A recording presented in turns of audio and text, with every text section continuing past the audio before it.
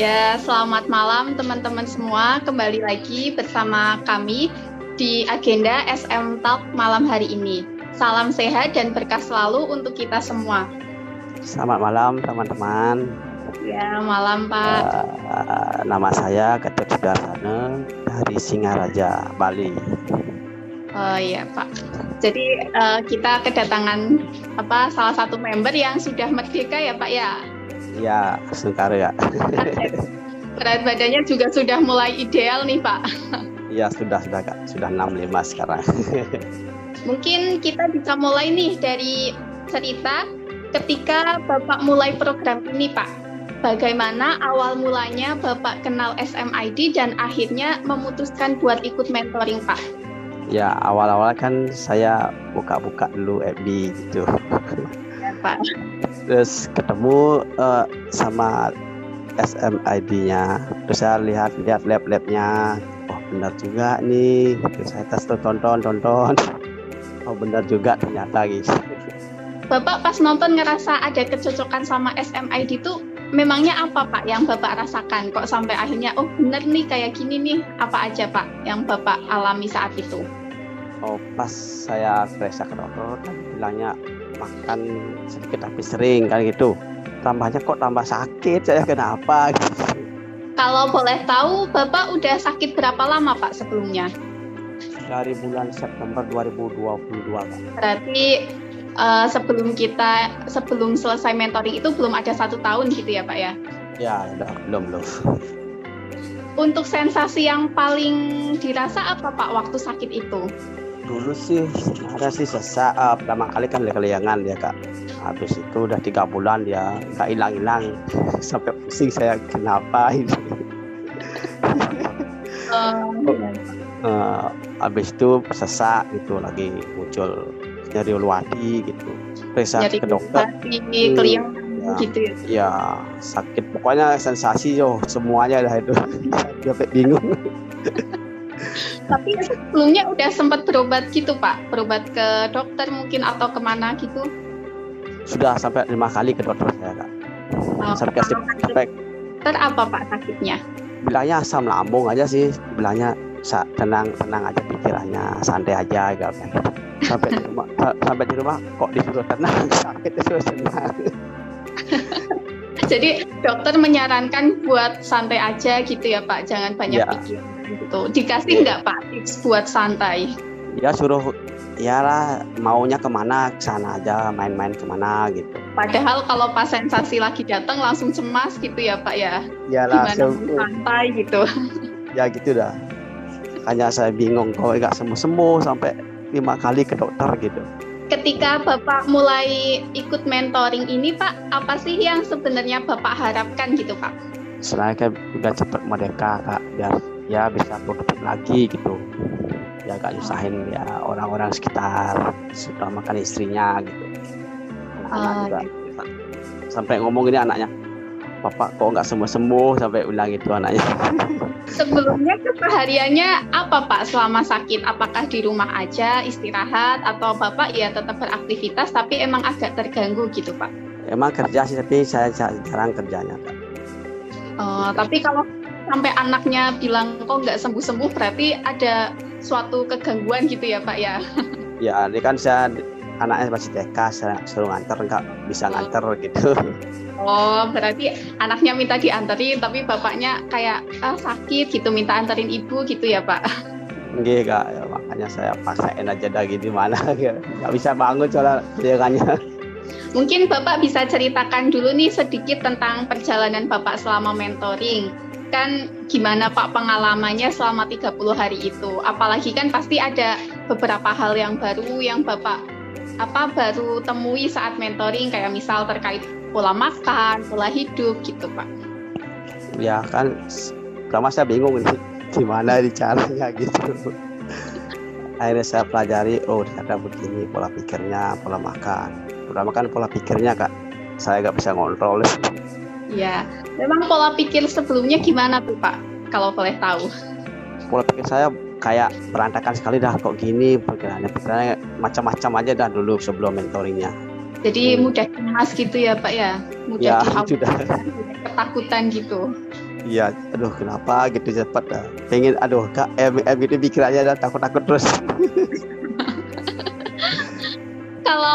Kalau menurut Bapak sendiri ada perubahan enggak Pak dari pola makan sebelumnya saat Bapak sebelum ikut mentoring sama pas ikut mentoring, antara pola makan, pola hidup sama pola pikir itu sendiri Pak? Oh kalau sekarang pola makan udah saya benerin kak. Dulu kan sampai berantakan makanya nggak tentu jamnya. Sekarang udah bisa jamnya tepat ya. Nah, itu kan berarti kan sebelum ikut mentoring sama sesudah mentoring kan Bapak ada perubahan gitu ya Pak, antara pola makan, pola hidup sama pola pikir.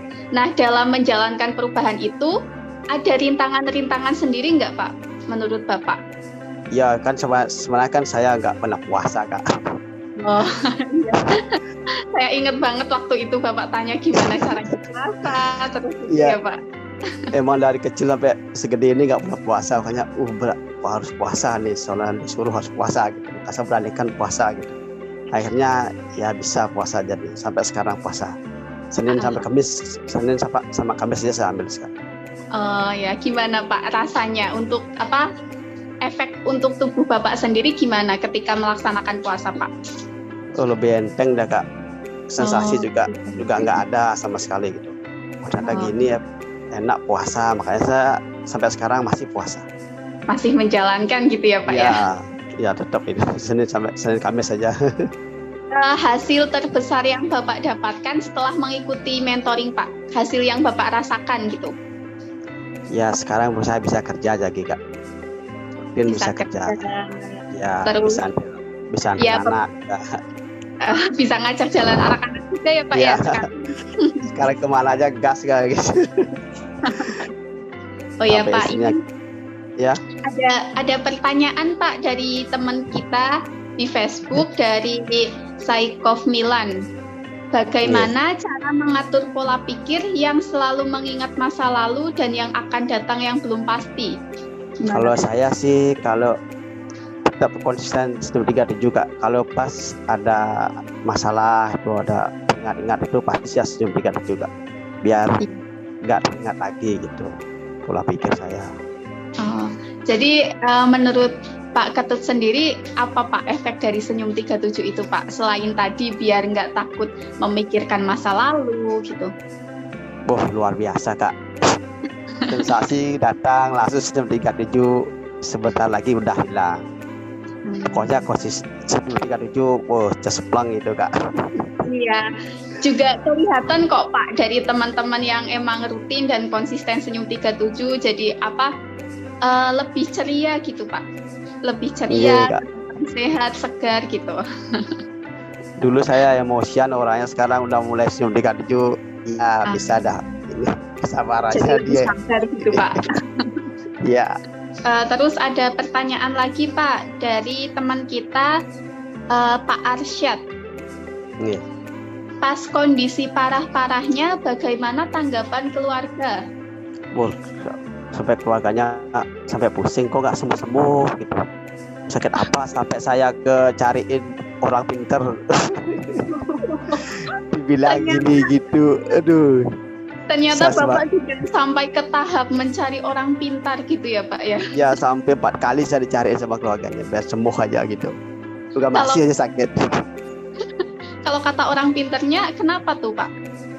Biasa dibilangin diinin orang katanya. Padahal cuma karena pikiran negatif gitu ya Pak ya? Memperbaiki pola makan, pola hidup gitu. Kalau sekarang tanggapannya gimana Pak? Tanggapan keluarga setelah Bapak sehat kayak gitu? Terus kemarin saya pulang kampung, kok kamu udah sehat? Nyari dukun kemana? Tanya orang pintar kemana? Udah kemana-mana aja. Saya cuma ikut mentoring aja. Masa sembuh? Masa sembuh? Ya. Saya kan juga kasih bukunya ini ke saya. Beneran ini ya. Jadi pas Bapak sehat malah tanggapannya cari dukun di mana gitu ya Pak, nyari orang pintar di mana? Banyaknya teman-teman kayak gitu. Gimana nyari di mana? Kalau sekarang Bapak kan kondisi kesehatannya sudah baik gitu ya Pak ya, sudah cukup produktif, sudah bisa kemana-mana, makanan apapun udah disikat Pak. Sudah Kak. pedas gitu. Apa Pedas. Pak pengalaman pertama Bapak, kan udah lama Bapak nggak konsumsi pedas-pedas nih. Ketika Iya. awal Bapak mulai makan lagi gimana tuh Pak? Awal lagi saya kan coba makan bakso dulu. Coba Iya. makan bakso gitu.